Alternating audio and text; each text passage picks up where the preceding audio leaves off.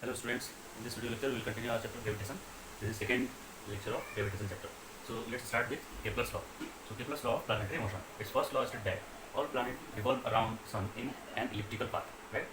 Not in circular path, it's elliptical path. Okay.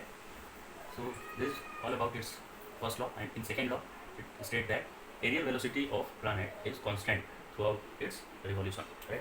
When suppose Earth is revolving around sun, then its aerial velocity means area swept out by Earth with this point is constant for same interval of time. If this Earth is moving here for t time, and here Earth will be nearby Sun, and if you give same time here, then area swept out here will be same as this area. Suppose this area is A1, this is A2. So to make this area same, Earth will move here slower and at this point faster. Okay, so we can say that suppose this point is B and this point is A. So you can write here the speed at A is less than the speed at B. Okay, and according to third law, Kepler third law, time period of revolution of planet, square of time period of revolution of planet is directly proportional to cube of semi-major axis. Right, this is major axis and its half is semi-major axis. तो semi major axis का cube जो होगा वो किसके proportional होगा, T square के, right, time period of revolution. Now we will study about gravitational potential energy and potential. So how gravitational potential energy is defined? It is amount of work done to assemble two particle system or two mass system. Suppose Earth is here at this point, and you are trying to bring some object near the Earth's surface, right? And to do so, you have to do some work, right? And this work done will be stored in the form of potential energy of this system. This mass and mass of Earth is under tension, right? So it has some potential energy, and that potential energy is given by work done. So if you calculate work done, then work done by gravity here, you will get work done by gravity, which obviously will be positive, and its value will come Gmm upon R, right? So here potential at infinity is taken as 0. Potential at infinity as 0 because at infinity they are not under tension. So this system has no potential energy at infinity. Okay. So as we know that work done by conservative forces or work done by gravitational forces equal to negative of change in potential energy.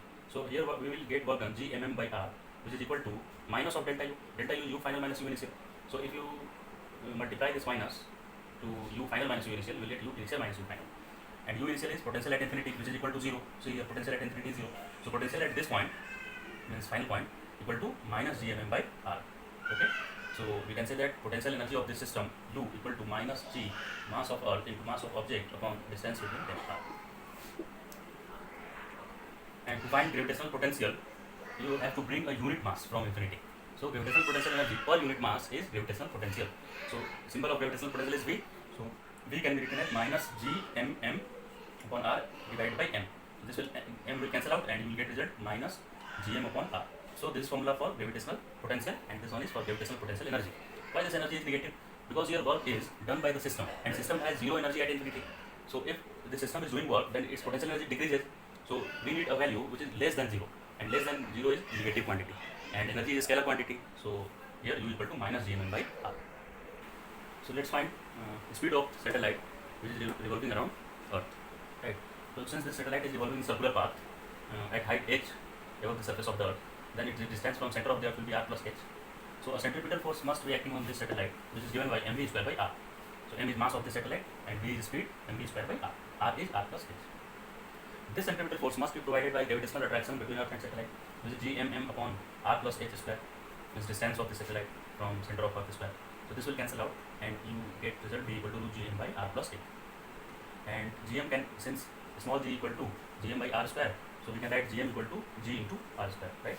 So here Gm equal to gr square. And if h is far less than r, h is less than r, then you can neglect this r, this h, because h is less than r. So here you can just write r. So this r will cancel out, and you will get result speed of satellite equal to root gr. Now we will find escape velocity, right, from the surface of the Earth. This is escape velocity. So escape velocity is minimum velocity given to an object to just escape from gravitational field. तो gravitational field से escape करने का क्या meaning है कि वो infinity पे चला जाए, क्योंकि इन्फिनिटी पे पोटेंशियल एनर्जी 0 लेते हैं हम लोग, इन्फिनिटी पे दोनों के बीच ग्रेविटेशनल अट्रैक्शन नहीं होता है. तो suppose we have given this speed v, v escape है इसलिए ve, then it has kinetic energy half mv square for this velocity v, and potential energy on the surface of Earth is minus Gmm by r. We have already calculated this value in previous concepts. So u initially equal to minus Gmm by r and k initially equal to half mv square. And at infinity, since this velocity is minimum, so final velocity will also be equal to 0 and potential energy is 0. So if we use conservation of mechanical energy, then total mechanical energy initial equal to half mv square minus gmm by r. Why we have taken negative here? Because energy is scalar quantity, so negative gmm by r square. And finally potential and kinetic energy both equal to 0. So if you simplify it, you will get v square equal to gm by 2 gm by r. And as we know, gm equal to gr square, so you can write here v square equal to 2 gr square upon r. This r will cancel out and we will get result v step equal to root 2 gr. And in previous concept we have derived this formula v satellite equal to root gr, right? Now we will learn how a person experience weightlessness in a satellite, right? So weightlessness means apparent weight of the person which is inside that satellite equal to 0. Okay, apparent weight equal to 0.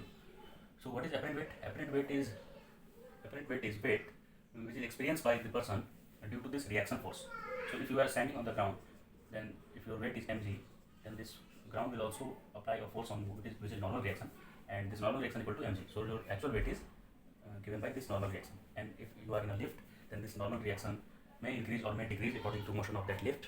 Then with variation of this r, you experience apparent weight. So we will calculate basically here what is value of r, normal reaction acting on a person, right?